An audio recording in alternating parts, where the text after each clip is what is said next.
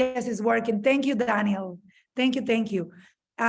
Queremos agradecer a la Compañía de Desarrollo de Productos Turísticos de Jamaica, el señor Wade Marks, y finalmente un actor clave muy importante en este tema, la Asociación del Caribe de Hoteles y Turismo, en la persona de su presidenta, nuestra buena amiga, Nicola Madden Great. Bueno, señores, desde la Embajada Dominicana en Kingston hemos hecho muchos esfuerzos por fortalecer el marco de cooperación entre la República Dominicana y Jamaica. En el año 1984, ambos países se comprometieron de manera formal para cooperar en ámbitos como el turismo, la aviación y el comercio, pero nosotros hemos querido que no se quede solamente en esas áreas y hemos extendido nuestro trabajo hacia ámbitos de cooperación relacionados también con portuaria, aviación, aduanas, agricultura, educación y, por supuesto, el tema que nos ocupa hoy, medio ambiente. Este webinar es un pequeño paso para marcar la relevancia de este tipo de cooperación necesaria más que nunca entre nuestros países. A la República Dominicana y Jamaica le unen muchos elementos, algunos muy positivos, como la música, el deporte, nuestras hermosas playas, el turismo, pero hay otros elementos que, no siendo positivos, también nos unen, como es el caso del sargazo. Los desafíos medioambientales definitivamente unen a todo el Caribe, unen a nuestras islas, y el sargazo es un problema que nos une. Por lo que no hay forma mejor de abordar este tema que mediante un enfoque mancomunado y regional. Es el objetivo precisamente de este webinar de esta tarde. Vamos a tener la participación de importantes instituciones que de seguro van a arrojar perspectivas muy interesantes sobre un tema que es muy inquietante y que afecta nuestras playas, la industria del turismo y en consecuencia la vida de mucha gente que depende de los empleos generados a partir de la belleza de nuestras costas adornadas de arena y tibias aguas cristalinas. Quiero dar la palabra ahora al co-founder and CEO de SOS Carbon, el señor Andrés Bisonó León, con quien hemos sostenido conversaciones muy interesantes. Él es el, como dije, cofundador de esta startup desarrollada en el Massachusetts Institute of Technology, MIT, y que fue creada con el objetivo de solucionar el importante problema del sargazo en las costas caribeñas, sobre todo, pues convirtiendo este problema en una oportunidad de negocios. Muchísimas gracias nuevamente, Andrés. Tienes la palabra. Todo lo contrario, embajadora. Gracias a ustedes. Buenas tardes. Gracias por su apoyo de usted, de su persona y de todo el equipo de la embajada, incluyendo Daniel, director económico y de relaciones, y por todos los demás que pues hicieron de este seminario posible. Ahora cambio a inglés para así también pues poder interactuar de manera más fluida con nuestras partes en Jamaica y en Estados Unidos y de todo el Caribe que nos acompañan la tarde de hoy. Good afternoon. For me, it is an honor to be part of one of the many steps that the Caribbean region has been taking to propel a united effort towards economic, social, and environmental development by taking proper measures on climate action. It has been over a decade that climate change has been greatly affecting the Caribbean region through Sargassum seaweed invasions. Nowadays, even getting cataloged as a regional environmental crisis by many leaders. Climate crisis is no joke. Approximately 35 million people get displaced due to climate events each year. In the Caribbean, the total population is around 44 million, not counting Mexico, Belize, and other of the big countries that are also affected by sargassum. Similarly, sargassum has already been quantified as directly impacting tourism between 7 to 35%. So again, this is something serious that as a region, we need to come together and start scaling proper sustainable solutions. Sargassum has demonstrated that it has no boundaries. One of the topics that bring us all to here as a region. Climate change has demonstrated to not only have a lasting negative consequences, but also properly managed that could rather, if properly managed, we can rather transform it in opportunities. It is very fulfilling for me as Dominican, as a member of the MIT community, as a Legatum Fellow, and simply as a citizen of the world, not only because I have now lived throughout many places, many areas in the US, in the DR, and nowadays with our work in the Caribbean, and it's just pleasant and meaningful to see the, how when we go to all these different territories, how we are well received, and through these type of events, how we connect with our Caribbean brothers and sisters. But also because climate and the oceans also do not have any boundaries. And we need to understand that as a way to also come together. This event and many others to come are just a demonstration that the Caribbean nations are not only willing, but are also committed and taking true steps in working united towards a regional integration for scaling climate action throughout all our territories. We have demonstrated through a region ecosystem that starting from the local communities to global leaders, there are committed change makers, and we can really transform huge environmental problems into opportunities, into new industries. At SOS Carbon, we are grateful for the support from MIT, from the Dominican Republic, from Jamaica. Actually, Jamaica was one of the first countries through the R&D stage that opened the doors for us through the Ministry of Tourism, Minister Edmund Bartlett. So this event is also very impactful for us to be coming back to Jamaica and keep the relationship that from the very beginning we have been creating, developing, and making even stronger. And just to close, again, thank you, rather a big thanks to everyone that is joining us here today. And hopefully from this discussion, we can keep taking next steps to a regional integration, a united work, so that we can create benefits, not only for the local communities in our own territories, but globally for also those that are greatly affected by climate change, and can also see many opportunities from taking proper and effective measures. Thank you, Ambassador, again for having us, for hosting this awesome seminar, and for the next ones to come. Gracias a ti, Andrés, por hacer posible este seminario para discutir un tema tan importante y de tanto impacto para nuestros países, no solamente República Dominicana, Jamaica, sino también para toda la región. De verdad es que cuando tuvimos esta primera conversación contigo en la embajada, no se me olvide el impacto que causó en mí, pues conocer esta iniciativa de SOS Carbon que fue generada en MIT, Massachusetts, a quienes tenemos hoy, esta tarde con nosotros también, lo que ustedes han hecho para recoger el sargazo en las profundidades del océano por medio de pequeñas embarcaciones y maquinarias que definitivamente, como has dicho, convierten un problema en una oportunidad de negocio.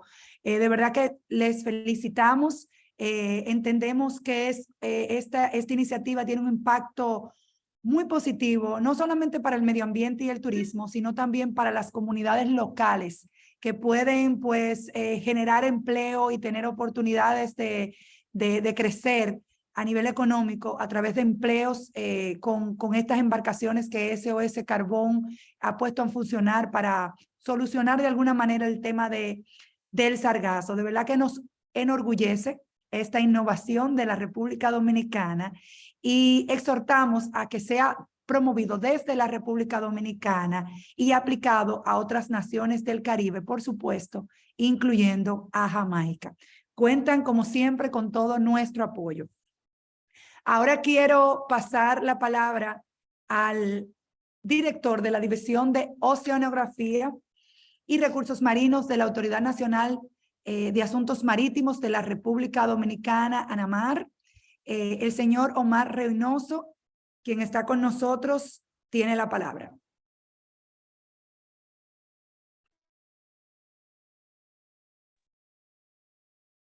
Parece ser que el señor Omar Reynoso no está conectado. Vamos a proseguir con nuestro siguiente panelista, el señor Nelson García Marcano. Si me confirman que está con nosotros, es el biólogo de la Dirección de Biodiversidad del Ministerio de Medio Ambiente de la República Dominicana. Sí, muy buenas tardes para todos. Primero que todo, queremos felicitar y valoramos realmente esta iniciativa de este webinar. El Ministerio de Medio Ambiente, desde que se inicia en el año 2011 en la República Dominicana y en la región del Caribe, la proliferación y arribo sin precedentes del Sargassum, 22 millones de toneladas cada año, debemos señalar. Lo cual se ha venido repitiendo, no sé si me escuchan, digamos que anualmente o bianualmente. ¿Me escuchan? Hello. Sí, te escuchamos, Nelson. Ok. Escucha Lo cual correctamente. se ha venido repitiendo de manera anual o bianual. En 2011, posteriormente en el 2014 tuvimos el segundo brote, 2015, 18, 21 y 22, ¿verdad? Y es algo con lo que vamos a tener que probablemente convivir en la región del Caribe. Esto ha generado realmente impactos negativos en lo que es ecosistemas y en las especies costeras. El Ministerio de Medio Ambiente es el organismo rector de ecosistemas y especies. Entonces es una preocupación muy grande para esta institución y esta problemática. También impacta a los medios de vida costeros, como ya se señaló, y las economías nacionales, muchas sustentadas por el turismo, al cual también lo impacta, como se señaló anteriormente, en un porcentaje de un 7 a un 10%, ¿verdad? Pero este problema pudiera transformarse, como lo dijo el colega, el amigo Bisonó, en una oportunidad. O sea, todo problema puede traducirse realmente en una oportunidad. De ahí de los problemas han surgido las grandes ideas y las grandes soluciones, ¿verdad? Ya que el sargazo podría ser utilizado como recurso primario para generar diferentes beneficios. El uso de esta macroalga como materia prima en una amplia gama de industrias no es novedosa para la región de Asia y el Pacífico. Sí, para nosotros, aquí realmente no se utiliza mucho las algas ni las plantas marinas con fines de aprovechamiento. O su uso realmente ha sido muy limitado. Pero debemos señalar que esta alga posee una amplia gama de macronutrientes beneficiosos y ya hay algunos avances por ahí, ¿verdad? Que pueden ser aprovechados desde el punto de vista de, por ejemplo, para alimento para ganado, ovejas, caballos, aves, peces, camarones. También es un activador del crecimiento de plantas, resultando en un magnífico bioestimulante. De acuerdo a los trabajos que están haciendo en la Universidad de UNAM, ¿verdad? Puede ser utilizado como composta para hortalizas, fertilizantes, hasta bioplaguicidas. Pero es importante extraer los metales pesados, evitando que pasen a través de la cadena alimentaria a los vegetales. Hay una gran empresa en México, que es la de mayor a nivel mundial, la cual está produciendo fertilizante a partir del sargazo. Bueno, En sentido general, el reto es buscar una solución que nos permita deshacernos del sargazo, lo cual debería ser abordado como región para usarlo como materia prima. Es lo que entendemos que sería la solución ideal. En ese sentido, creo que acá en el país, y si no recuerdo mal, creo que el propio colega de SOS Bisonó, nosotros autorizamos hace un tiempecito la exportación de unos 100 furgones de sargazo hacia Finlandia, y luego creo que querían una segunda fase,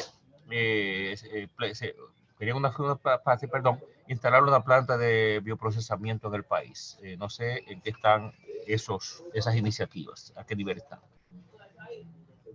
Esto no es una tarea que podamos enfrentarlo solos, por lo cual República Dominicana realmente aspira y propone enfrentar esto de una forma regional. Por lo cual el Estado, digamos, aspira, de igual modo, disculpen la repetición de la palabra, a crear un fondo financiero y técnico compartido entre países del Caribe. Creo que eso es lo que se busca y a lo que debemos orientarnos a nivel regional para enfrentar y combatir esta problemática. Estamos en la mejor disposición desde acá del Ministerio a cualquiera de estas iniciativas. He escuchado por ahí que alguna de las problemáticas que ha habido en algunos lugares es la permisología para el tema de, por ejemplo, exportar o hacer cualquier otro trámite para las fines de exportar el sargazo o cualquier otro uso. Creo que acá en el Ministerio estamos, como no hay regulaciones para este tipo de especie, pues estamos en la mejor disposición de poder, digamos, abordar todo el tema de esa permisología sin mayores problemas. Hasta aquí mi intervención, le doy las gracias y de nuevo valoramos y felicitamos por esta iniciativa. Muchas gracias. Muchísimas gracias, señor Nelson García Marcano, biólogo de la Dirección de Biodiversidad del Ministerio de Medio Ambiente de la República Dominicana. Muy buenas perspectivas del tema, de cómo se puede utilizar el sargazo incluso de maneras que no habíamos conocido ni pensado. Quiero, antes de continuar, volver al tema de la traducción. Hemos habilitado una traducción porque van a haber participaciones en inglés, pero también porque hay muchos de nuestros ponentes que hablan inglés y no entienden el español. So for those who doesn't understand Spanish and our ponents from different institutions, so for the interpretation as you know, is the icon. There is an icon that is called interpretation at the bottom of the screen. And you can select there the audio, English or Spanish, depending on what you need. If you can confirm that it's working for you, oh, perfect. Now I feel relieved. Now I feel relieved. Okay, thank you. Para los dominicanos y las personas que nos están siguiendo de países de habla hispana, en la pantalla de Zoom abajo hay un icono que dice interpretación.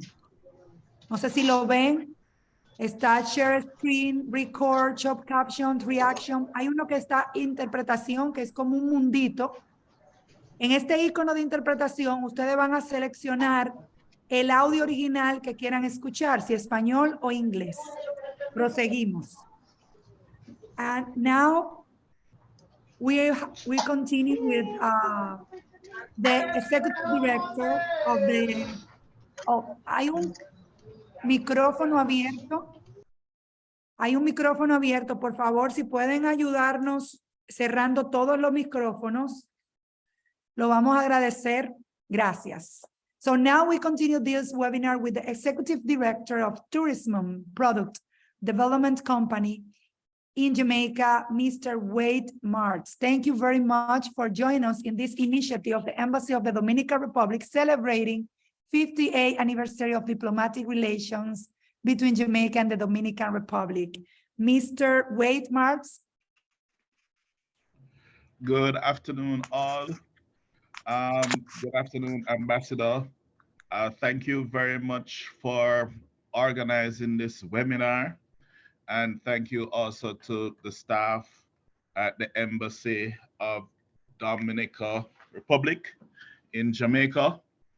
I was listening to Mr. León speaking earlier, and of course he mentioned the involvement of our portfolio minister, Honorable Edmund Bartlett, with respect to the collaboration and inviting SOS Carbon to use Jamaica as part of the testing ground for this new technology. As you know, Minister Bartlett is co-founder of the Global Tourism Resilience and Crisis Management Center. And this, of course, speaks to resilience in terms of rebounding from different crises that we have been experiencing as small island states. And as you know, tourism is a significant foreign exchange earner for Jamaica. So anything that negatively affects the tourism product, such as sargassum, such as pollution generally, it literally affects our economy and the livelihoods of Jamaicans right across the board. So we are extremely happy that SOS Carbon is coming up with this innovative solution, and we want to be part of it, definitely. And we want to utilize whatever methodology they would have to harvest the sargassum from the sea rather than on land, because as you know, when it reaches inland, there are additional challenges that we have in terms of, you know, we have to do a manual thing. We can't use machinery on the beaches. It affects the tourists. It also affects the oxygen levels in the water at shore level. So we are really very excited about this, right? So thank you, and look forward to learning more and continuing the collaboration. Thank you. Thank you very much, Mr. Wade Marks of the Tourism and Product Development Company. Definitely, Minister Bartlett is doing a great job for tourism, not only in Jamaica, but in the world. I cannot say just in Caribbean. He's a real leader in this, in tourism, and the Global Tourism Resilience Management Center for Crisis is doing a great job. He has offered the Dominican Republic to partner with this center and to do a similar broader center in our country. So we are looking forward to materialize that idea, because definitely these and others the challenge that we face are common, and we have to work together. Thank you. Thank you, Mr. Marks, for joining us today. Now we are going with the remarks by the director of the Legatum Center of the Massachusetts Institute of Technology, Mrs. Megan Mitchell. It's a real honor to have the Massachusetts Institute of Technology with us this afternoon. Thank you for joining us. Thank you, Ambassador. Thank you so much for having me. It's a pleasure. And thank you, Andres, for inviting me. I have the pleasure of working closely with him as a student, and I feel very lucky to have the chance to work with him and to be here with all of you today. And you might be wondering kind of maybe why Andres asked me to be here. And I wanted to tell you a little bit. I'm sure most of you are familiar in some capacity, have heard of MIT and know it as a place where there's amazing innovation in science and technology and all sorts of fascinating things being built and created. I'm very fortunate to sit at a place that's been at the Institute for about 15 years. that's focused on understanding and really proliferating the idea that it's entrepreneurs and their market-driven solutions who can really solve the difficult problems and challenges of the world. Any of you who have entrepreneurs in your life know that entrepreneurs don't look at problems to us or opportunities to entrepreneurs. And, you know, working with really talented, ambitious systems change agents like Andres, who are working on problems across the world, I have a chance to learn from them as well. So anyway, it's really a pleasure to be here. Just a little bit of, you know, kind of background on our philosophy in what I think is really exciting about this webinar is that it's being put on by a government agency. I think so often governments and groups, they miss the opportunity to really support and engage entrepreneurs in these types of challenges. And that if you really think about how they can bring technology to bear, and technology at all sorts of different levels to bear on some of these big challenges, they do start to solve problems. They do create solutions. But they create jobs, they create new markets, and they create opportunities for things like the use of this sargassum and all these ways that we heard earlier, that the potential opportunities. These are new ways that new micro entrepreneurs will emerge, right? New business streams and things like that. So I think there's more than just this, you know, intervention that the SOS Carbon team is doing. It's an incredible solution, but if you start to look at the follow-on effects, I think it's incredibly important to build resilience into any market, right? And to, instead of coming across a solution that is really just a just-in-time development-based solution that's solving an immediate need, you're instead thinking about what's the long-term, what's the scalable solution. So at the center, we certainly believe that development aid, as we're all familiar with, it's the World Bank, it's all the different things that were talked about at COP27, and how things might be, how we can solve the climate crisis. Those are okay for just in time and in moments of dire need, but to really build sustainable, scalable solutions, it's the entrepreneurs that need to be supported and engaged, because they are doing incredible things to create new jobs, build infrastructures where infrastructure is needed in ways that we might not be thinking about it. It's not the traditional infrastructure that we might think of. You know, there's lots of kind of cases that you can think about in how some markets have leapfrogged traditional telecommunications infrastructures by leveraging mobile phones, right? And so what are the opportunities here for an entrepreneurs to think differently and use their creative minds to really drive impact and change?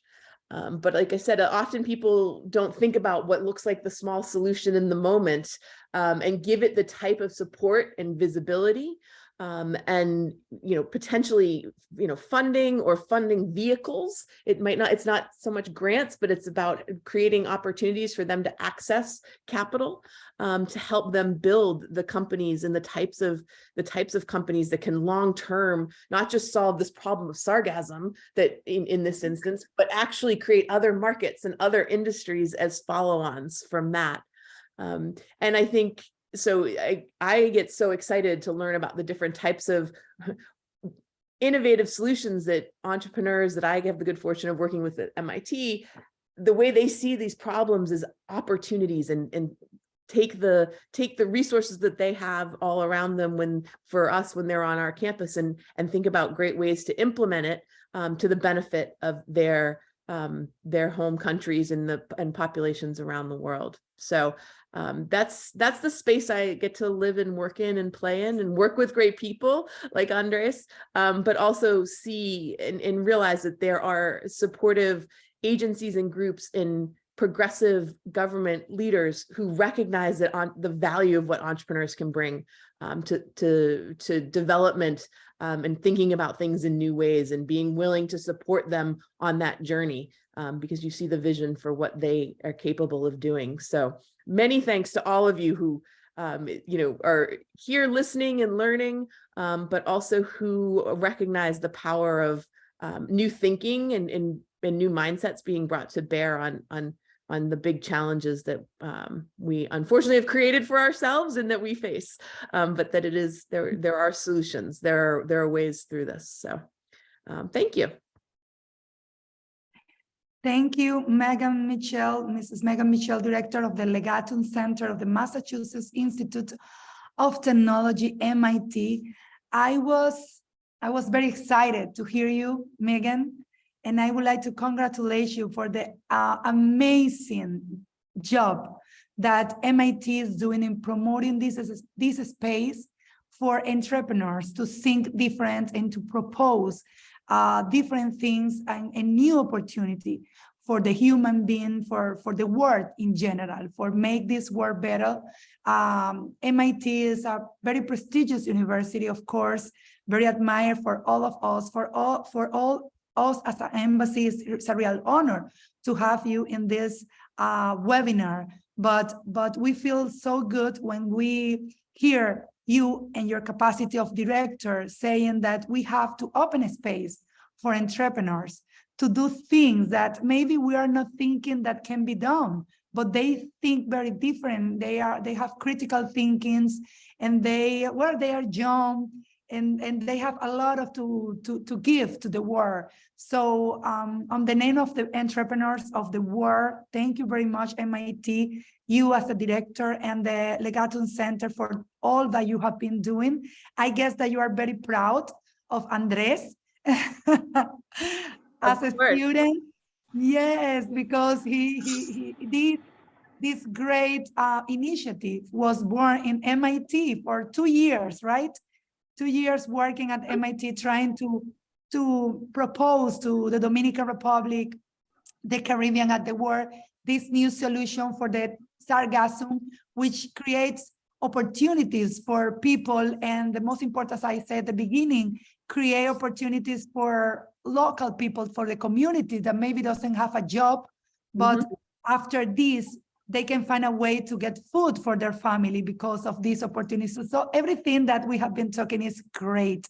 And I am just amazed and very excited to hear you, Megan. Thank you. Thank you very much. Thank you. So I think, I switched to Spanish. Creo que el director de Oceanografía y Marina de la División de Asuntos Marítimos, de la Autoridad Nacional de Asuntos Marítimos, ANAMAR, de la República Dominicana, el director de la División de Oceanografía y Recursos Marinos, creo que pudo volver a conectarse. Él estuvo conectado al inicio, pero vimos que salió por temas de conexión, de conectividad con el Internet. Creo que lo tenemos. Señor Omar Reynoso, señor director, ¿está con nosotros? Sí, así es, honorable embajadora. Gracias. Sí, le pasamos la palabra para su intervención. Muchísimas gracias por acompañarnos. Bueno, primeramente agradecer la oportunidad de compartir con ustedes desde la Autoridad Nacional de Asuntos Marítimos, la ANAMAR. El sargazo no solamente es un problema, sino que también es una oportunidad para innovar.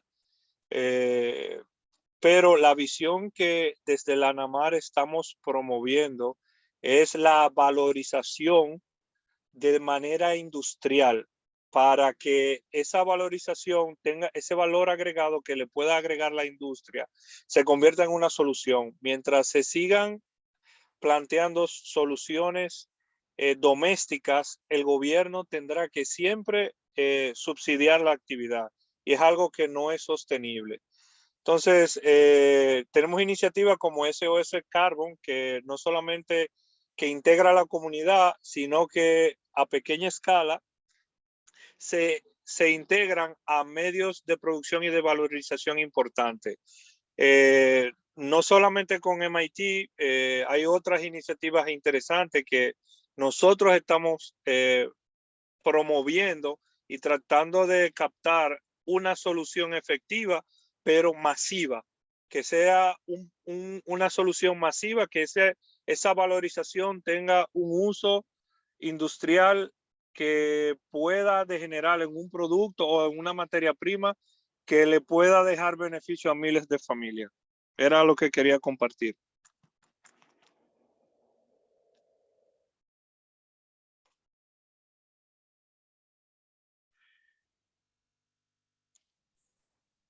Angie, your mic is muted. Ahí perdí la conexión. Embajadora. Sí, ahora, perdón, solamente agradecía al director de la División de Oceanografía y Recursos Marinos de la Autoridad Nacional de Asuntos Marinos de la República Dominicana, ANAMAR, señor Omar Reynoso, muy felices de que haya podido finalmente vencer los desafíos de la tecnología. Nosotros hoy también lo tuvimos en la embajada, pero aquí estamos. Gracias por acompañarnos. Vamos ahora a pasar la palabra. We switch to English again to give the mic to the Mr. Darren Fletcher, and he will do a remark regarding the situation and satellite monitoring of Sargassum. Why interesting this? By the coordinator of technical projects at the Mona Geoinformatics Institute, Monagis, at the West Indies University. Welcome, Mr. Darren Fletcher. Thank you for joining us this afternoon.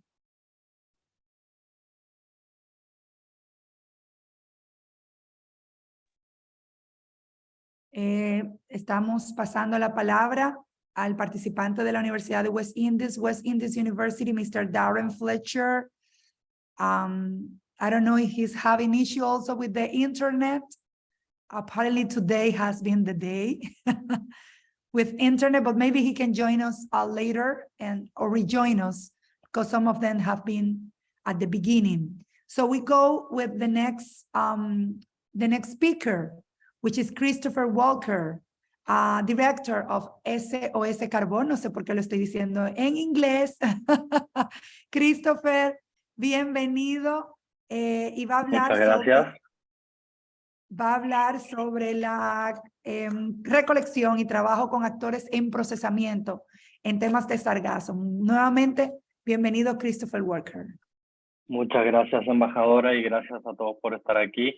Voy a cambiar a inglés para la presentación, también en vía de la coordinación entre ambos países y la región. Andrés, perfecto.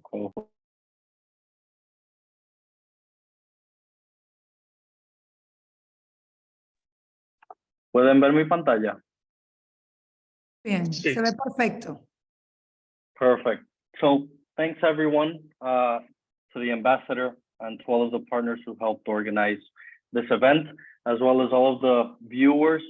Today, and in line with the title of the webinar, I want to focus on how through regional collaboration, we're able to transform something that has been seen as a very negative issue and still is into positive impact and opportunities for the region, particularly speaking about how through the regional collaboration and our own experience, we've been able to turn this problem into a light at the end of the tunnel, which I believe will create many opportunities for the Dominican Republic, Jamaica, and the whole Caribbean region.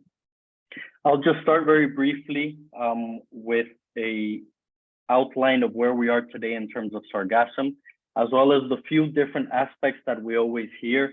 The initial one is over the last decade, Sargassum has been arriving in larger and larger quantities across the region.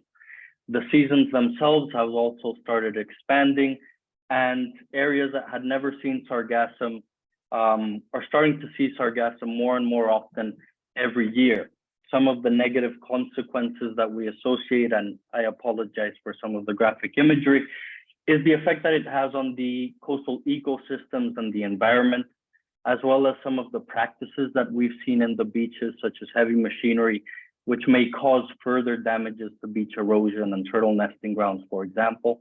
We always hear about the possible economic impacts that Sargassum might have on a region, which is very much tourism dependent.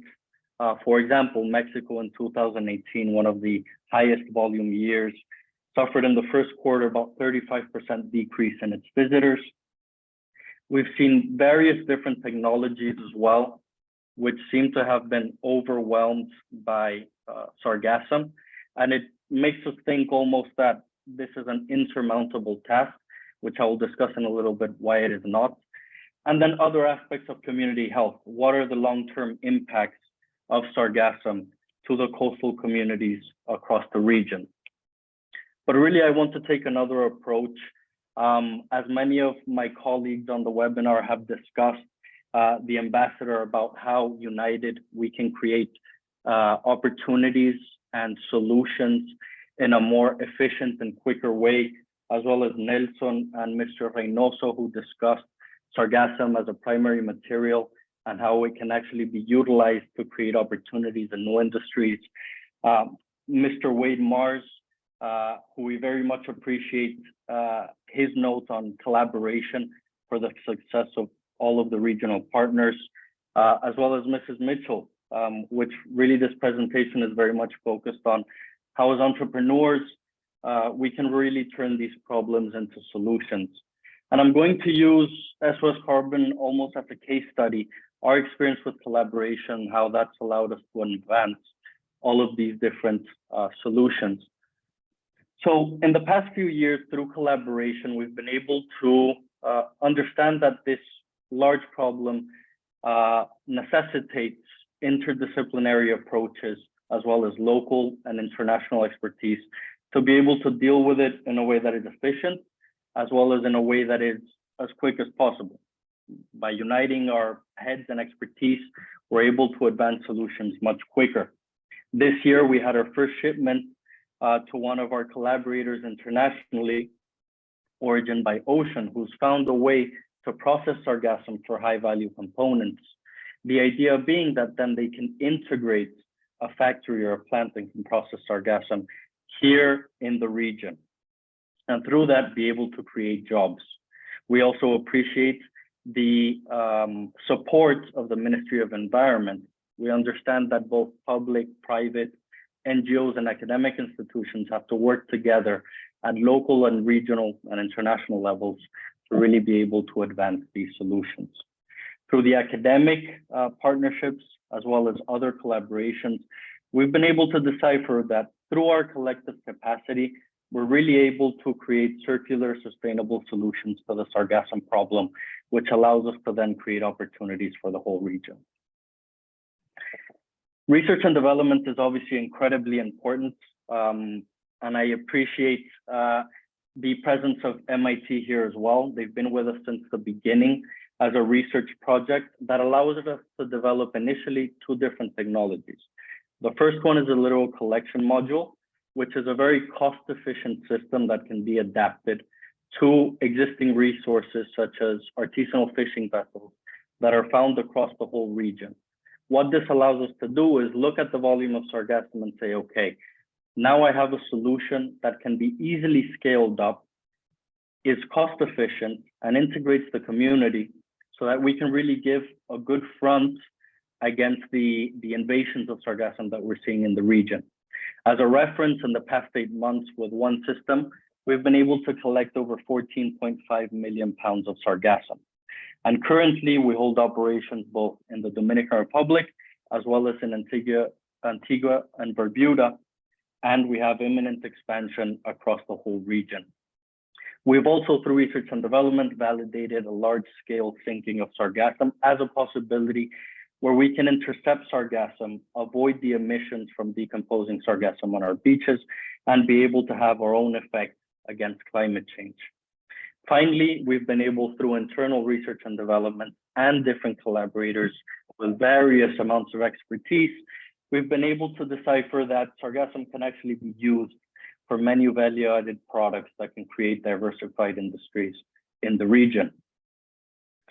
Through this, another positive impact is being able to provide jobs, both locally and regionally to the different communities.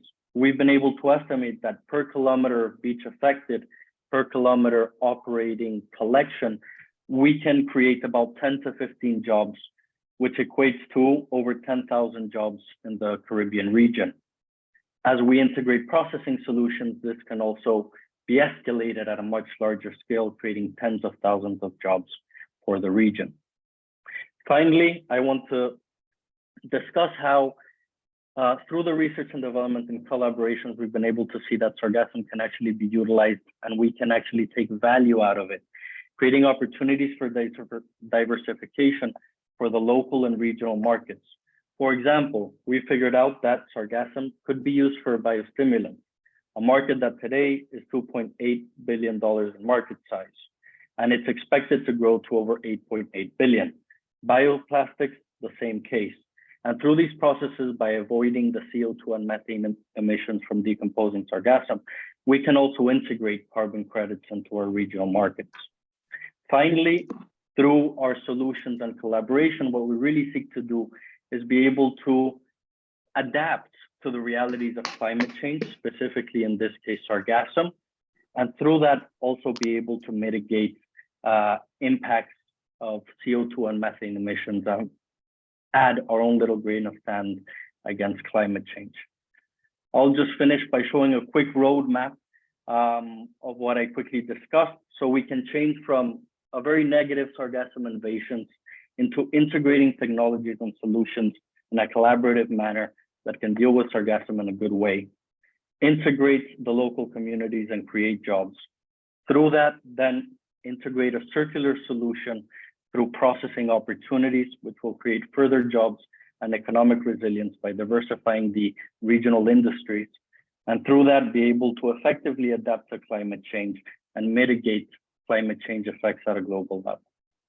Final thoughts, as a step-by-step, thank you for this webinar once again. The first step is really educating and understanding the problem so that then we can tackle it in the best possible way, uniting our minds and expertise so that we can find the best solutions, and finally taking action. I invite anybody interested in Sargassum and collaboration to reach out anytime, and we're happy to put our heads together to keep increasing these solutions and turn this negative into an immense positive. Thank you.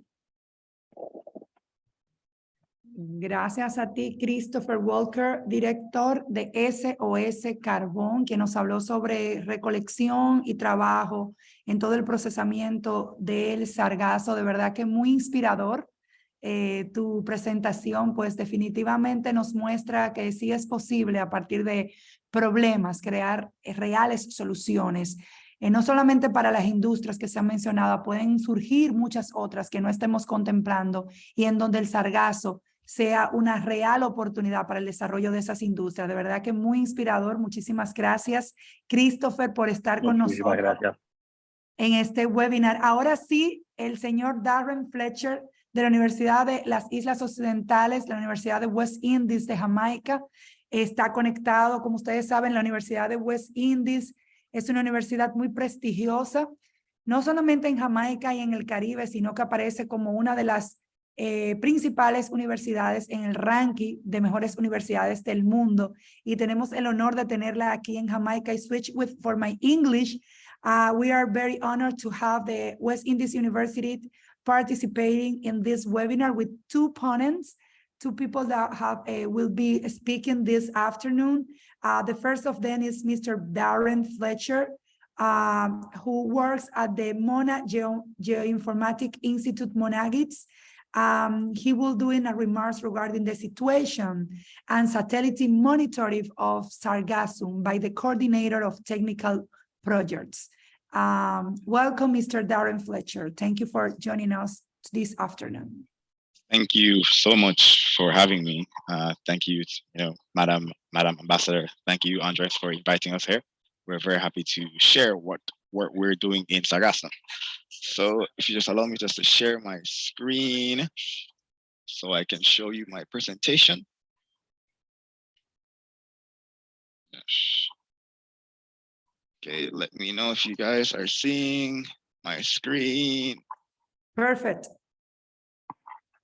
You're seeing the entire screen? Yes. Yes, sir. Okay, great. So at MGI, we do a lot of Sargassum work, and one of our primary projects is essentially to develop an early advisory system for Sargassum in Jamaica.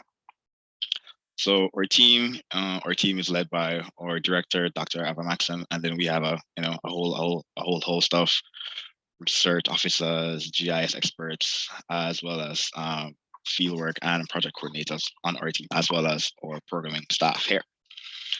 So essentially, the main aim of this early advisory system is to analyze data using satellite imagery, drone imagery, in-field data collection, and other sources, just to create a dynamic system that incorporates wind and wave conditions to predict sargassum beaching in and around or Jamaican coastline. So the main outcomes for this early advice system, so essentially we want to be able to provide real-time alerts for the location of nearshore, offshore, and beach sargassum for different industries and sectors of Jamaica, as well as different areas of our coastline. Essentially, so this early advisory system is also very beneficial to various communities and stakeholders who are currently being impacted by sargassum inundation, especially in Jamaica. So these industries would be, for example, our fishing industry as well as our tourism industry. These are the main entities which are like vulnerable to sargassum. Now, this is just a flowchart detailing how we came up with developing our early advice system. It's a bit long and wordy, but what I can do, I can have this presentation shared with everybody here, so you can go through it in detail. But essentially, it just involves utilizing data, so wind, weather data, current data, as well as qualitative data, so information from various stakeholders in just the development of the system. Now, to develop this system, we actually conducted in some focus groups, because we needed to not only roll out the system to the various entities or persons who will be interested, but we actually needed their input on how they would want the system to interact with them, in what ways they would, in what ways they want information to be fed to them. So because we have to make the system for everybody. So in these focus groups, we included representatives from our fisheries group, tourism interests as well, our environmental and national planning agencies as well in these focus groups. And so we got their feedback and essentially created essentially mock-ups of what the system would look like. And then we tested it out in these focus groups just to see what feedback we could get from these representatives. Now, in developing the system, we're using data from NOAA and our OSCAR on our OSCAR platforms, just to get offshore currents, wind, and wave data. That will be able, that data will be fed into the system, so then we can be able to properly predict the movement of sargassum offshore and definitely nearshore in and around our Jamaican waters. Again, using previous data from up to 2018, we were able to map various sargassum inundation hotspots in and around our Jamaican coastline. So using that pre-existing data, we were able to further validate our early advisory system, as well as, again, using previous data from past years, we were able to essentially overlay offshore vector files using University of South Florida's 7-day average floating algae density maps. Essentially, so those maps will be able to help, again, validate our early advice system, just so that we can actually predict movement in and around Jamaica.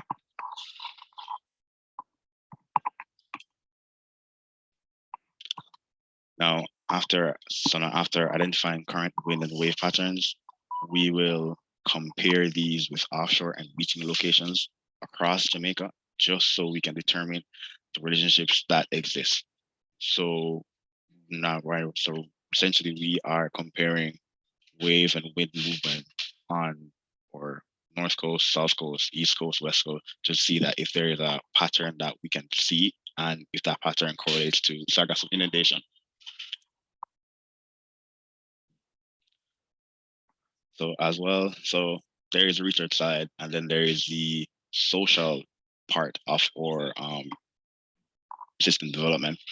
So we do include a socio-economic vulnerability model, which is essentially based on the presence of various sectors that essentially uses our coastline. So for example, the fisheries industry or agriculture industry, tourism.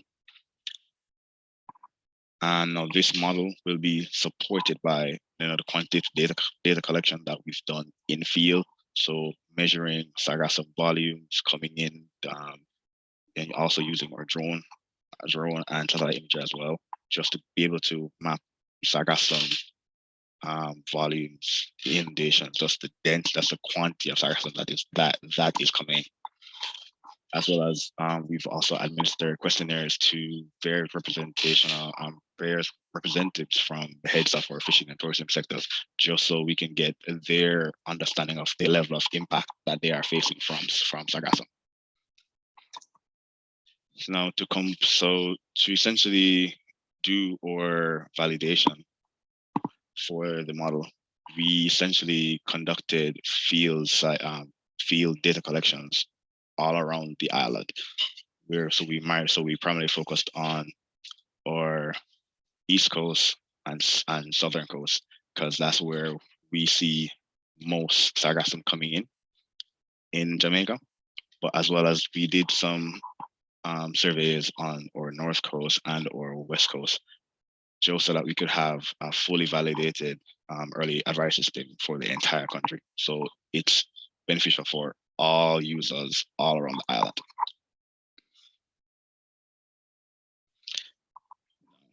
The system will produce bulletins as well as social media updates, and these updates will contain a caption describing the alert, images of Sargassum inundation at various sites, as well as prediction graphics created using our remote sensing and offshore wind and current data, as well as maps illustrating what is to be expected, the level of Sargassum coming in across our 14 parishes in Jamaica. Again, this is just a little mock-up of what is to be expected of, this is just a map of what is to be expected of what's coming out of our system. So essentially the areas in red would be areas that are heavily affected by Sargassum, where we predict that Sargassum will be coming in. And then the areas in green would be the not so much bothered areas. Again, but this is just a mock-up of what a community level bulletin would be like. So we will say that if there is any risk offshore, whether it's Sargassum coming in, and what activities would be affected by this, and if there are any like health risks or beaching risks. And that is the end of my presentation. Right. Thank you. Wonderful presentation, Mr. Darren Fletcher, and wonderful job that the Mona Geoinformatics Institute, MONAG, is doing concerning the situation and the monitor satellite concerning the Sargassum. Congratulations, and thank you very much for joining us this afternoon for this discussion. Now we have another participant speaker from the West Indies University, de la Universidad de Islas. Vamos a tener otro speaker que va a estar participando en este webinar. Henry, the West Indies University, you have the mic. Thank you for joining us this afternoon. Hi everyone. Good to be here. So I'm having connection issues, so I think I'm not gonna turn on my camera, but I'll share screen. Can you see my screen? Yeah, okay, great. I mean, I'll just briefly turn on the camera to say hello. Hi everybody, this is me, but I'll keep it off now just because all day I've had issues with the camera being on and everything. Okay. So hi, it's good it's been very inspiring being part of this seminar. Thanks, Andres, for inviting me. I am the CEO and founder of Rum and Sargassum, which is a biofuel company out of the UE Cave Hill campus in Barbados. We believe at Rum and Sargassum, you can drive any car. And when I say any car, most cars are gasoline driven, powered cars in Barbados now. So we're saying any gas car could be driven on Sargassum based biofuel. And what we're saying is we want to welcome every driver in any car to the renewable energy era. What I've seen, because I'm the renewable energy lecturer at UE Cave Hill, and so we've been observing the transition and helping, but the transition inevitably hits the wealthy first. You see the wealthy people driving around in the electric cars with big solar panel installations on their houses. But we're saying through biofuel, we could see more of a democratization of the renewable energy transition where the average person can drive renewable energy. Right now, it'll be preaching to the choir to let you know that tropical paradise is in trouble. So I just wanted to quickly talk about our solution. I'm sure we know all the background on these two slides, so I'll jump straight there because I know I just have a few minutes. So this is our solution. And skyrocketing gas prices. Oh, you know what? I didn't share sound, so I'll just do that now.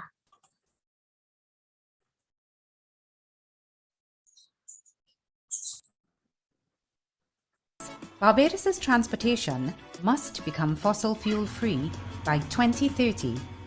Bio-CNG is an inexpensive solution that can help Bajans slash their gas bill by 50%.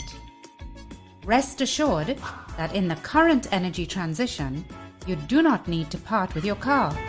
You can fill your car using our renewable Bio-CNG made from the co-digestion of cheap, locally sourced waste products like rum distillery wastewater, blackbelly sheep manure, and Sargassum seaweed. Our formula produces Bio-CNG with the highest quality compressed biomethane from Rum and Sargassum, unexpected energy.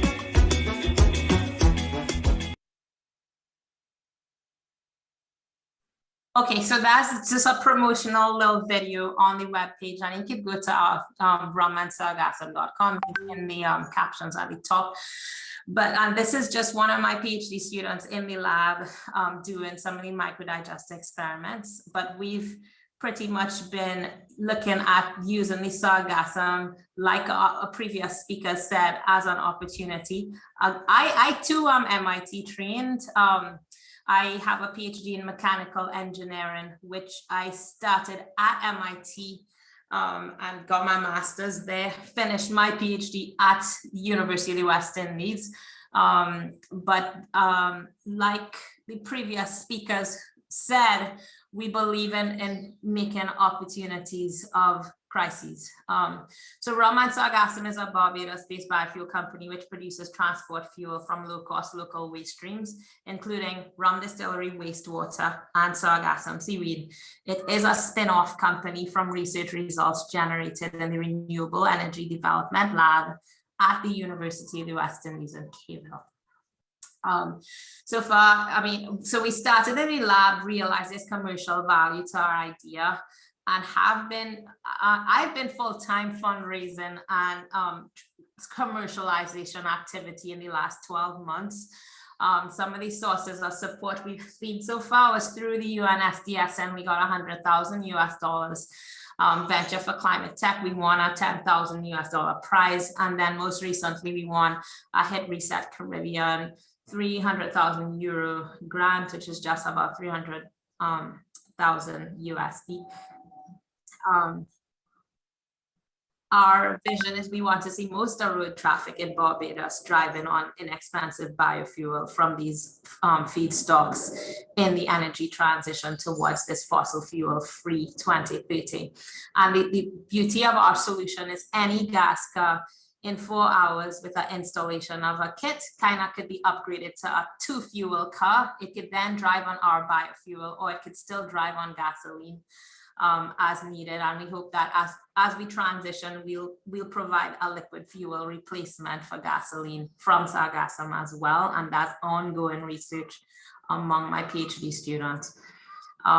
We're in the process now of setting up an alpha pilot on campus where we're gonna have a working biogas refueling station on the university campus. And like I said, I've been full-time fundraising and active in all of this activity around our solution.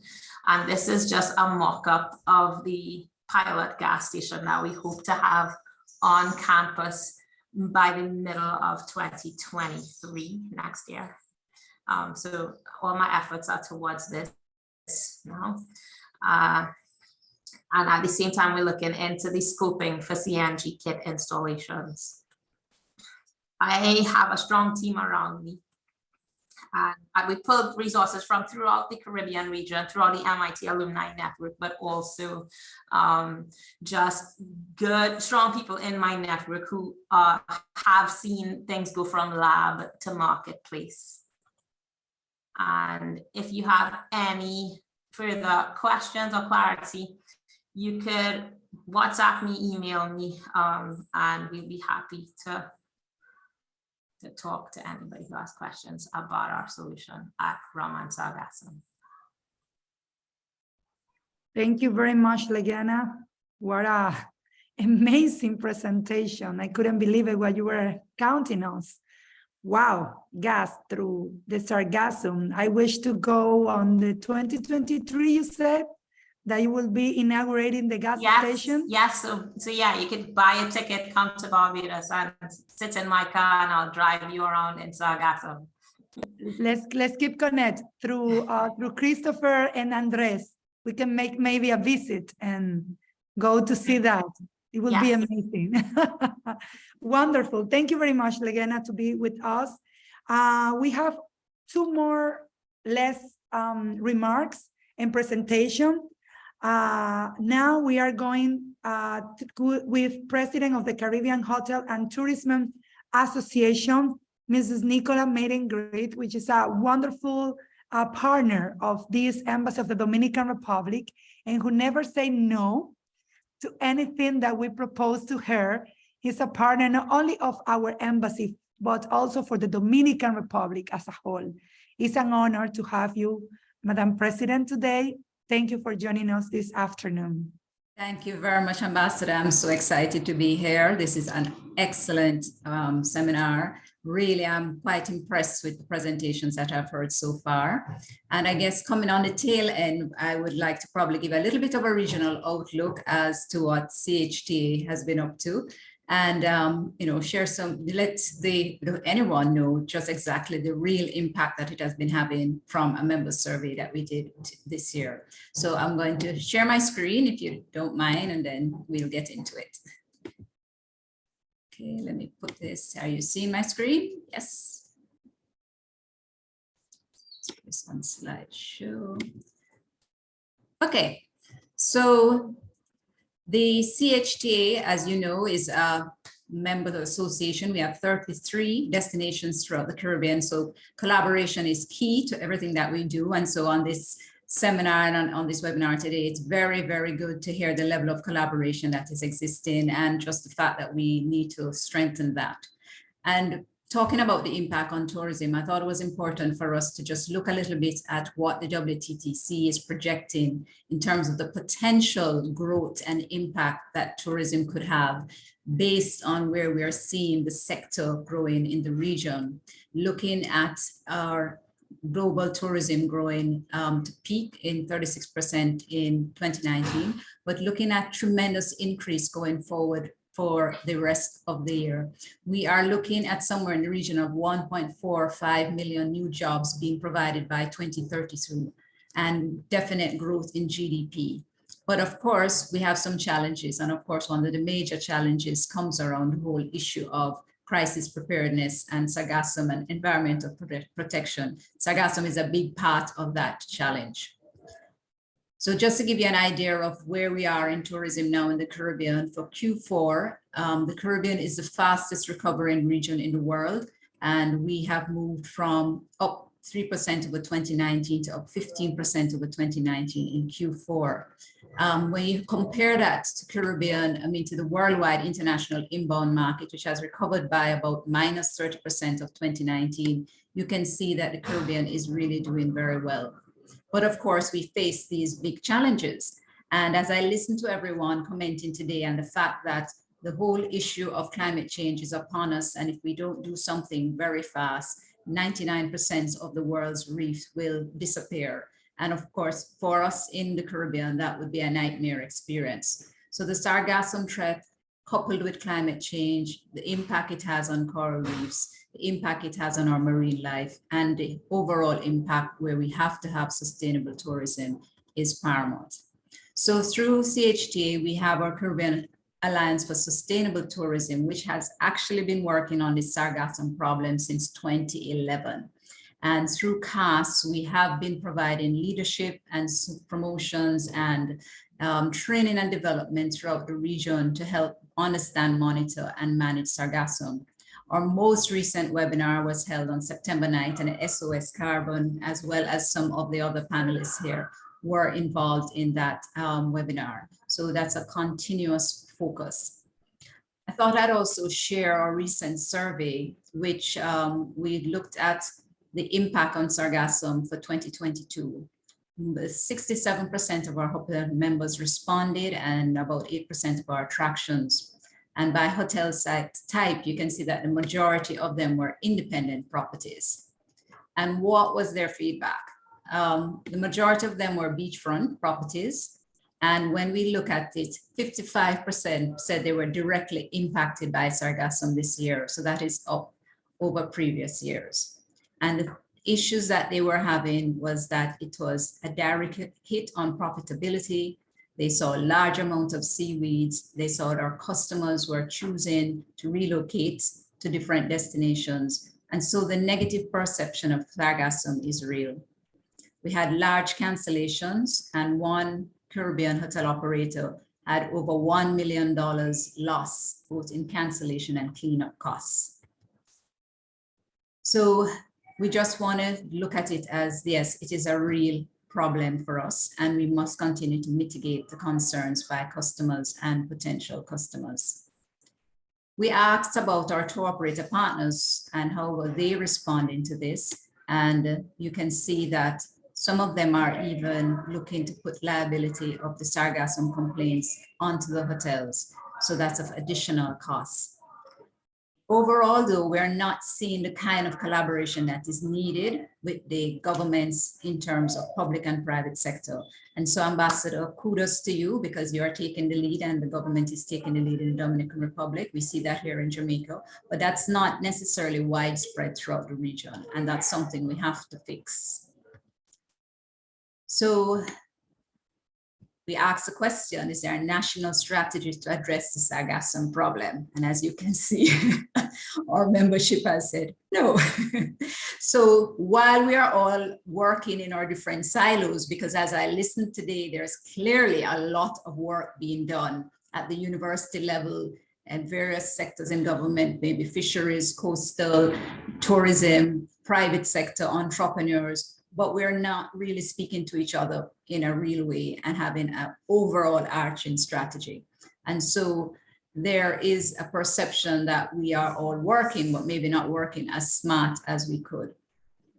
The CHTA has what we call a resource center, where we have been collecting and collating all the presentations, guides, reports, resources throughout the region, and trying to put everything in one place so that people can have access to everything Sargassum.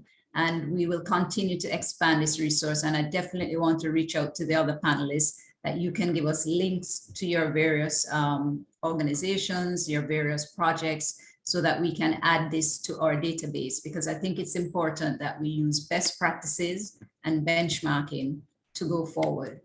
So from our point of view, again, cooperation, collaboration, education, and advocacy is key.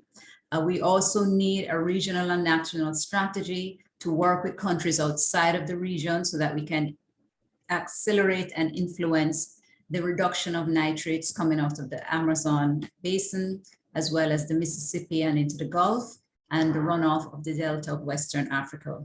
We must continue to support both public and private sectors' efforts to utilize Sargassum in a sustainable way.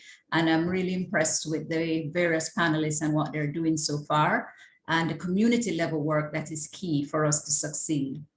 We also have to work on real-time crisis communication, because the whole issue of Sargassum is there is a reality and there is a perception of it, and that the entire Caribbean and the entire destination is inundated. And that can reduce our visitor arrivals significantly. And of course, that's a knock-on effect, because tourism is our economic drive in the Caribbean. And so any loss in revenue impacts us, and that goes into what we call our linkages and impacts other sectors. Looking at environmental education campaign for visitors, so they're aware of what Sargassum is, so that they will reduce that fear factor, that kind of feeling that something major is going to happen to them if they interact. Of course, as a previous speaker said, funding is critical, and we have to find ways not only for the immediate, but for long-term projects, both at the local and regional level. Best practices and benchmarking, both from a reduction strategy as well as a usage strategy. How do we reduce the level of Sargassum, but also how do we use it in a sustainable way? So we looked at innovation and the use of technology. We in the hotel sector and accommodation sector hasn't heard any innovative solutions yet for property level use of Sargassum. We are collecting it on our beaches. We are probably burying it, but is there a way that we can incorporate Sargassum into property level solutions, so that we could put out, we could also utilize it at the property level? We see some other innovations where there is one lab in Barbados. Barbados seems to be the cradle of innovation in Sargassum, but they're looking at skincare line using Sargassum. So that's very interesting. As well as, could we look at Sargassum educational tours as a new tourism product? There's so many innovative uses that are coming to the fore now, and maybe that is a way to make it more positive spin in terms of the use of Sargassum and being that something that we can educate the world about. I really thank you for having me, and just to say that we at CHTA continue to push with the rest of the region, because this is an important topic that needs to be solved, and we will be working with anyone else to ensure that we get there. Thank you, Ambassador. Thank you, everyone. Thank you, Nicola. We are very lucky to have you today with us. You have been presented a wonderful presentation and perspective how to forward with this problematic that is common not only for Dominican Republic and Jamaica and the Caribbean, but for the world. Cooperation, collaboration, education, strong advocacy. I keep with me this that was said by you in your presentation and other very important things that you just mentioned. Thank you very much for being with us. Ahora, tengo el honor de presentar nuestra última panelista del día de hoy. De verdad que ha sido un desfile de expertos de todos los ámbitos y las latitudes, con diferentes approaches muy interesantes que han aportado en este tema que estamos estudiando hoy sobre el sargazo, transformando las inversiones de sargazo hacia un nuevo paradigma de cooperación ambiental y turística regional. Y queremos cerrar este ciclo de panelistas antes de irnos a la sesión de preguntas y respuestas con la señora Claudia Taboada, quien es la directora de Ciencia, Tecnología y Medio Ambiente del Ministerio de Relaciones Exteriores de la República Dominicana, quien de seguro nos va a tener una perspectiva completa y de clausura sobre todas las cosas que hemos estado conversando en el día de hoy. Muchísimas gracias, Claudia, por tu apoyo y por estar con nosotros esta tarde. Bien, muchísimas gracias, embajadora.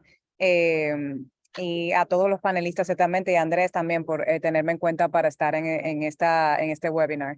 Voy a cambiar en inglés para facilidad de muchos de los que están hoy acompañándonos. So, good afternoon, everyone, and it's a pleasure for me to be part of such a rich discussion on a problem that has a deep impact on our economies and development. I also want to thank our friends from SOS Carbon and our Honorable Ambassador, Ms. Angie Chiquita, for hosting this event. Since 2011, from Tulum in Mexico to Punta Cana in Dominican Republic, Caribbean beaches and coasts have received millions of tons of sargassum each year.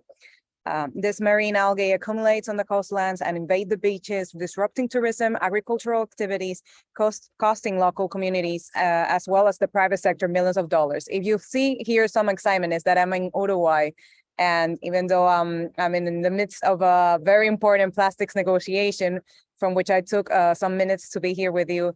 There's also a group of people watching soccer because we have the World Cup. So if you hear some shouting, it's because maybe someone is losing or winning. At the same time, as I was saying, the massive amount of sargassum that we are receiving causes damage to marine ecosystems and the living beings that inhabit it. In itself, sargassum, as we know, is an endemic and important ecological phenomenon in the Caribbean basin and the Atlantic Ocean, having its own benefits. This floating tropical ocean forest, as many have described it, provides refuge for migratory species and essential habitats for hundreds of species of fish and invertebrates. But still, in recent years, and as you have seen from the other speakers, as a result of what we consider might be climate change, or other studies suggest that it can be due to contamination, to acidification of the ocean, sargassum shows uncontrolled growth on proliferation that is difficult to ignore for the Caribbean countries, which depend not only on tourism, but also on marine resources. The satellite images mark a clear trend. The arrival of sargassum on our coast is a phenomenon that increases with intensity every year, lengthening its season of permanence and increasing the quantities that are collected on our shores. And this is including locations where before they were absent or extremely rare. And the thing you cannot see, and maybe from the pictures that were shown in the other presentations, that can be quite shocking for many, is that when sargassum accumulates on the shores of the beaches, it dries, it rots, and generates a terrible odor and an unattractive appearance of our beaches, which drives our tourists away. On top of that, the current collection methods on the shore have a negative impact on the coast. Sargassum is also harming our marine biodiversity, such as corals, small fishes, and the sea turtles. It is also harming the agricultural sector, particularly the fishing industry, which is seriously affected as the acidification caused by sargassum harms fish population, contributing to food insecurity. To this date, this attempt to eradicate and control sargassum around the world have been slow, costly, and generally unsuccessful. The environmental and economic cost of biological invasions of non-native species in the first part of the last decade are estimated to be approximately 1.4 trillion per year, which is equivalent to 5% of the world economy. And the Dominican Republic is not exempt from the adverse effects of this problem. It is estimated that over 4 million tons have impacted our coastlines, reaching places like Punta Cana, Guayacanes, Montecristi, Barahona, the beaches in Samaná, just to mention a few. And this few basically comprises almost all of our coastline. So the great ecological impact of marine flora and fauna cannot be ignored as well.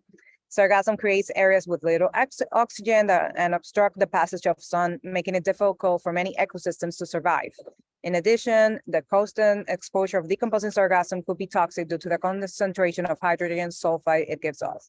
So from all that we talk, it's not only tourism, it's not only economy, it's not only economical development, we're talking about our biodiversity, our food security, which in return makes sargassum a crisis, a multidimensional crisis for us in the region. In our country, the person adding to this, the presence of sargassum has presented problems with the generation of electrical energies in energy in companies where the seawater is needed to cool the turbines, and then when they grab water from the sea and then it introduces with the sargassum, it ruins the whole system. As a Caribbean nation, sargassum has had a significant impact on beach and sailing tourism, and especially in the Caribbean, in other smaller Caribbean islands. that derive, all of us, we derive much of our income from tourism. So it not only represents losses in tourism investment, but also represents economic losses due to the investment of funds that have to be destined to solve this problem. So for the Dominican Republic, it is clear that the Sargassum problem is rapidly becoming more than a regional crisis, growing into a transatlantic crisis that poses a threat to the recovery and economic development of the countries of the Greater Caribbean and other regions that are being affected as well. For this reason, as was said before, and we totally agree with that comment, our efforts cannot be generated in isolation. The Sargassum problem requires a collective solution. The first Sargassum conference held in 2019 in Guadeloupe was a first joint effort to achieve a collective response. And even so, the commitments adopted at said conference were overshadowed by the COVID pandemic. And unfortunately, Sargassum is not an issue for which there is an immediate solution due to its very nature and magnitude.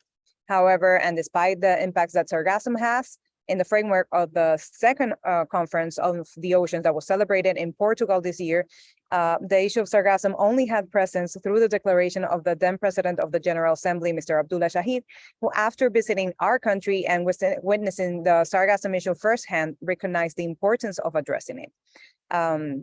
So this is why we believe that also, and due to the problem that it represents, future ocean conferences to be held, such as the Our Ocean Conference in Panama to be held next year, and the Ocean Conference that's going to be held in France, should also serve as platform to structure projects, generate constructive dialogue, and facilitate the cooperation to combat the Sargassum crisis. So that is why recently in Cuba, and Andres went with me to the 6th Cooperation Conference of the Association of Caribbean States. We hosted a panel where we presented this problem as one of that has to be addressed through collective efforts of the region with the support of the strategic partners and stakeholders. So what we are basically doing as Dominican Republic, and I think this webinar is also an example of that, is we're calling upon countries of the region to create, we have made this call before, to create this common fund to collectively face the problem of Sargassum on our coasts. But not only this, we as Dominican Republic, we are in the disposition to lead this initiative for the creation of a common anti-Sargassum fund, but also the creation of a regional working group or an ad hoc working group to facilitate a meeting, not only among the Caribbean countries, but also with support of Central American countries that some of them are starting to be impacted by Sargassum as well. And as we said before, we need a national, and as was said before, and we again agree with that statement, we do need integrated Sargassum management national plans, but also a functional regional plan, innovative solutions to make Sargassum useful, but also the scaling of this solution, as well as the adequate funding to make all of this operative. We see it as super urgent to resume the work of the first conference and its commitments in order to generate a comprehensive response as a region that accelerates action by all stakeholders, fosters partnerships, mobilizes resources, develops educational and awareness-raising programs, capacity building, and promotes research and development, as all these efforts should be guided by the best available science. So in a sense, for Dominican Republic, this is an issue that has so many implications. It's not only an issue of an environment, it's not only an issue of tourism or economic development, it's the fact that we're starting to see a lot of other effects that are deriving from the Sargassum crisis. And it is time that we face them as a region. And Dominican Republic, as I said before, is in all the position and willingness to lead on this, to provide the space for this constructive dialogue with all the relevant actors. I am so excited that we had this panel with academia, we have private sector, we had our diplomatic service. And this only shows that the only solution to this is that if we work together towards a common goal. This is not a problem that's going to go away. It's not going to be managed easily, and it's going to take a lot of effort from each of the parties that are here represented today. So thank you very much. Muchísimas gracias a Claudia Taboada, directora de Ciencia, Tecnología y Medio Ambiente del Ministerio de Relaciones Exteriores de la República Dominicana, por esta perspectiva tan completa del tema y también para entender un poco cómo es asumido desde nuestro país la República Dominicana. Vamos a abrir espacio ahora para una sesión de preguntas y respuestas. Veo algunas preguntas aquí en el chat. A ver. Veo algunos comentarios y algunas preguntas. Tenía una mano levantada, pero no la veo. Bueno, Pedro Martínez en el chat dice que si se contempla usar el sargazo para la fábrica de ladrillos y si se tiene contemplado usarlo como materias primas para la producción de fibras, colorantes, textil, calzado, cosméticos, cocina, emulsionantes, cerveza artesanal y otros. Wow. Algunas de esas cosas se han dicho aquí, pero otras no. No sé quién les gustaría hacer uso de la palabra para contestar esta pregunta. Tenemos un grupo de panelistas bien diverso en este webinar. Hola, hola. Yo puedo tomar un poco esa pregunta. Gracias, Cristo. La tomaré, bueno, en español, ya que fue en español. Muchas gracias. Absolutamente, la verdad que el sargazo como materia prima se puede utilizar para diversas industrias y puede ser un apoyo, se puede integrar a muchas industrias que existen hoy en día, especialmente la industria de construcción, por ejemplo, que también es uno de los mayores contribuidores, digamos, a los carbon emissions. Por lo cual, efectivamente, ya se han visto ciertos productos que se han creado con el sargazo y ladrillos en México, por ejemplo, una empresa que se llama Sargablocks, producción de fibras, colorantes, textil, y efectivamente también la extracción de ciertos componentes de alto valor, como sería el alginato, los nutrientes para el bioestimulante y otros componentes que se pueden utilizar en áreas de medicina, por ejemplo, cosmética, textiles. Así que, bueno, la verdad, invitamos a cualquiera con ideas y la motivación de sumarse a tratar de avanzar y llevar algunas de estas soluciones a un nivel un poco más industrial, pero sabemos que muchas de esas soluciones, ya por lo menos en teoría o a nivel científico de laboratorio, se pueden integrar y definitivamente están dentro del rango de todas las oportunidades que tiene el sargazo y estamos tratando de avanzar. Gracias, Christopher. Si alguien tiene una pregunta, veo que la están haciendo en el chat, pero también pueden sentirse libres de levantar las manos. En el icono de reacciones levantan la mano y pueden, bueno, vamos a dar la palabra a Asha. Asha, I see that you didn't do it at the bottom, but you did it like that. Yes, thank you. First of all, thank you for such a tremendous galaxy of speakers here. It's really amazing how far this thought process and action has been continuing. I'd like to actually introduce myself. I'm the co-founder of Orochem Technologies in the United States. We are 26 years old now, and we are well known in the industry for scaling up to 1,000 metric ton scale for the production of purified key molecules like omega-3 fatty acids. We have done that for the plant that BASF owns in Scotland. We have done the purification of polar phospholipids for krill, for Aker Biomarine. We have taken feedstock for stevia in Peru and taken that for thousands of metric tons to produce pure steviosides, riboside A, and done that for CBD from industrial hemp, which we own ourselves here in the United States. So our capabilities are very extensive in the extraction from natural feedstock and taking that by various methodologies, especially large scale and continuous chromatography, to produce the highest level of purified molecules of interest. And we believe that, and I'll point out a few names that I found very interesting. The most recent one that I've heard from the speaker list here is Claudia Tabada. Claudia, thank you. You bring out a very important point that in addition to collecting sargassum, there is a big need for us to be able to make good use of it. And this is where I'd like to be able to take that forward and say that we at least see 3 uses for this, which we would like to explore with the help of all of you here that have actually taken the first step and begun collecting it. The first one that we are really talking about is utilizing such massive feedstocks towards a process development to produce green hydrogen and CO2 for energy generation, which will address quite a bit of these issues that you're facing.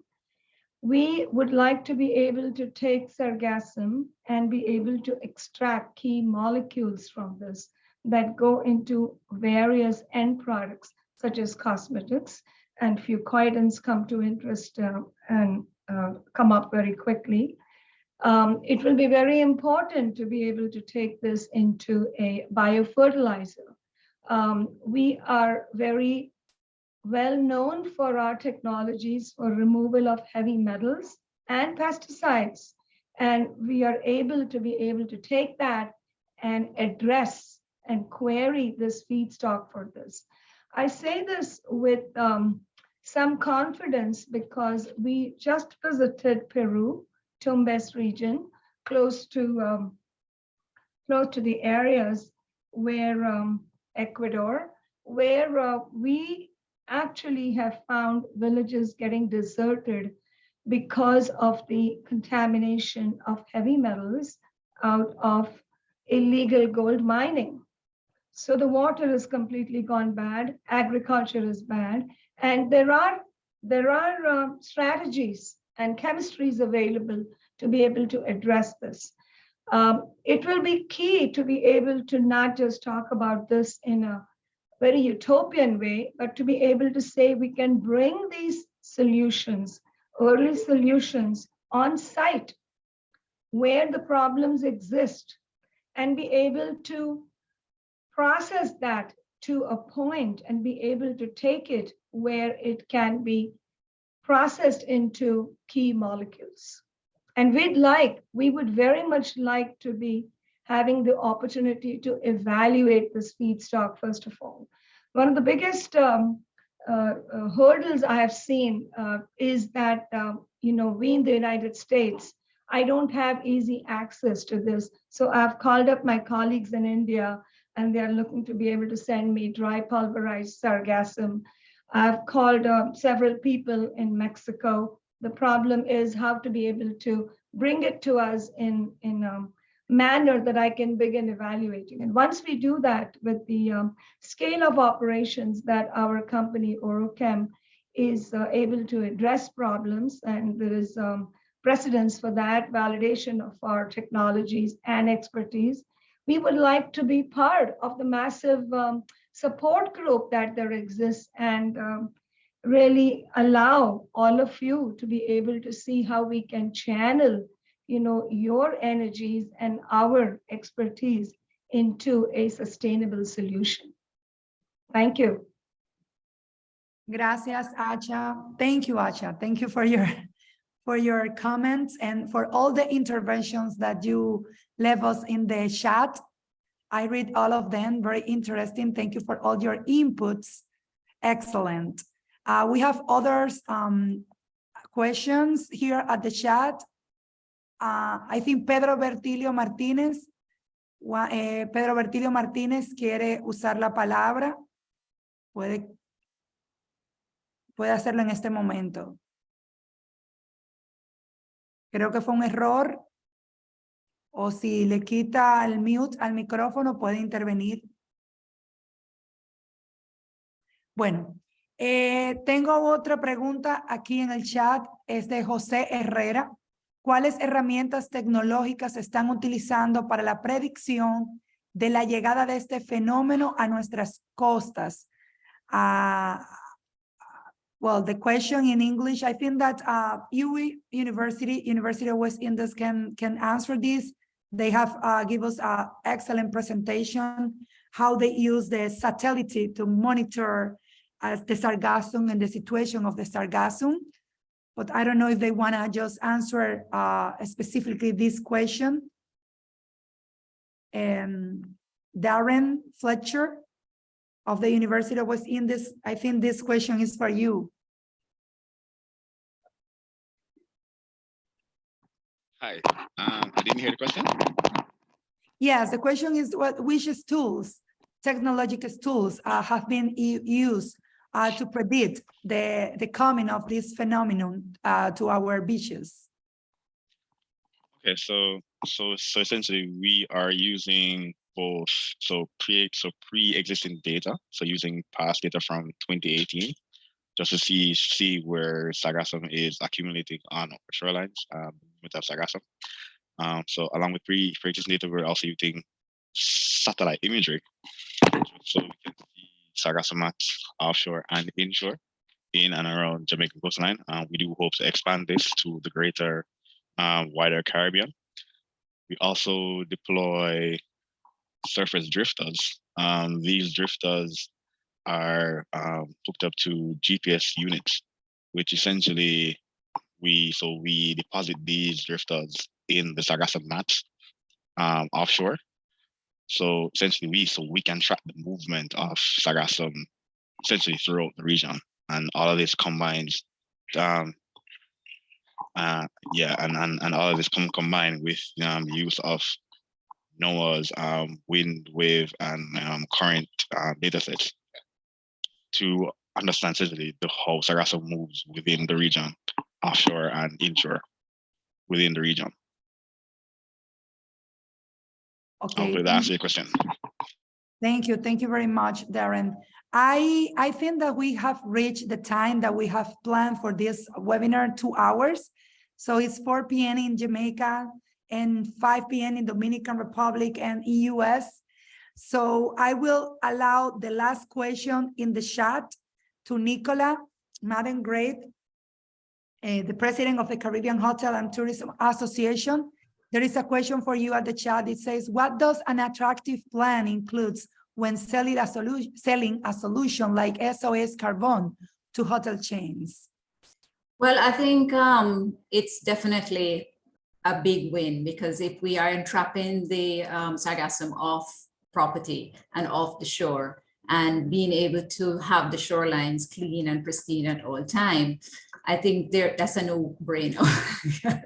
I think most hotels would be very excited to be able to have that ability and to be able to work with a company like SOS Carbon to ensure that that is done. And that may be something that it would be not just a hotel, but maybe the Hotel Association, the National Hotel Association, and something CHTA would promote collaborative effort along those lines.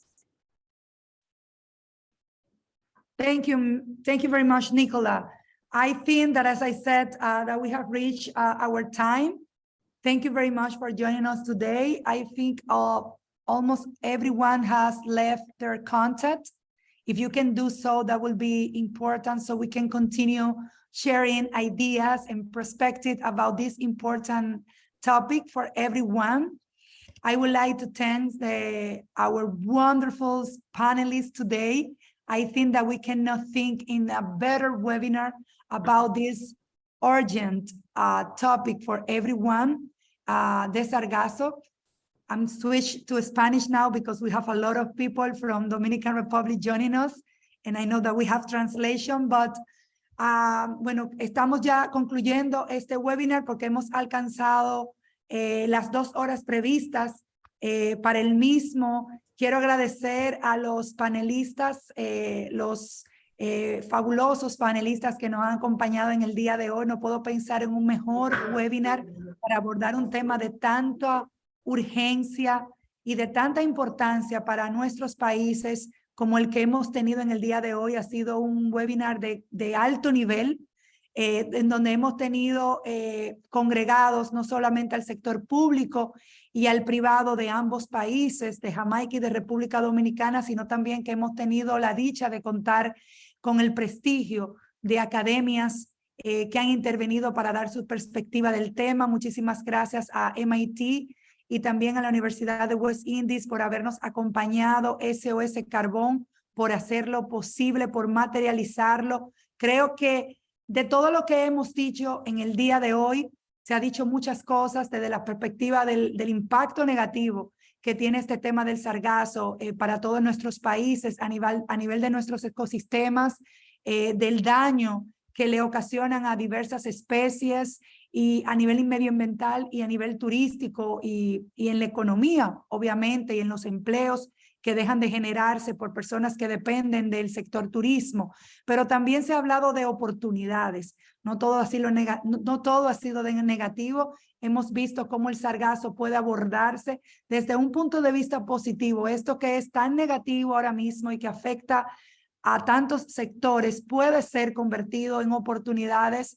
La Universidad de MIT, por ejemplo, abre espacios para proyectos, iniciativas como SOS Carbon que lo han demostrado. También tuvimos otras instituciones que han mostrado cómo podemos convertir el sargazo en algo positivo y de provecho para diferentes sectores de la industria. Yo diría que aprovechemos este impulso que tenemos hoy, este paso de avance que hemos dado con este webinar, con tantos actores tan importantes para abordar este tema, para trabajar de una manera mancomunada, unidos, para tener una visión, como el mismo título de nuestro webinar se llama, una visión regional sobre este tema del sargazo, no nacional ni binacional entre Jamaica y República Dominicana, sino una visión regional que nos permita abordarlo juntos y no de espalda uno a otro, sino unidos, porque tenemos diferentes perspectivas del tema. Quiero aprovechar antes de finalizar para en esta misma línea decir que mi colega de la Unión Europea, la High Commissioner, la alta comisionada de la Unión Europea aquí en Jamaica, la embajadora, nos contactó cuando supo sobre este webinar para decirnos que la Unión Europea está muy interesada en ser parte de estas discusiones. Lamentablemente ella está en Bélgica por unos temas personales y no podía unirse, pero nos animó a que sigamos avanzando en el tema de manera conjunta, así que en una próxima convocatoria esperemos que podamos unir a la Unión Europea porque ellos están muy interesados en dar un aborde regional del tema. Sí, perdón, sí, me apuntan aquí que Unión Europea está cubriendo el tema de Barbados y hemos tenido la participación de Barbados también el día de hoy, pero desde aquí, desde Jamaica, han querido unirse a nosotros. Así que yo creo que tenemos una gran oportunidad de trabajar unidos para crear soluciones y oportunidades en diversas industrias. Repito, lo que apuntó mi amiga Nicola Madden Gray: cooperación, colaboración, educación y strong advocacy, y seguir hablando del tema. Es importante que lo continuemos. En la embajada cuentan con unos aliados para continuar promoviendo este tema y para buscar acciones concretas que puedan beneficiar a la humanidad. Muchísimas gracias a todos por acompañarnos. Una foto. 1, 2, 3. 1, 2, 3, a picture. 1, 2. Oh, okay.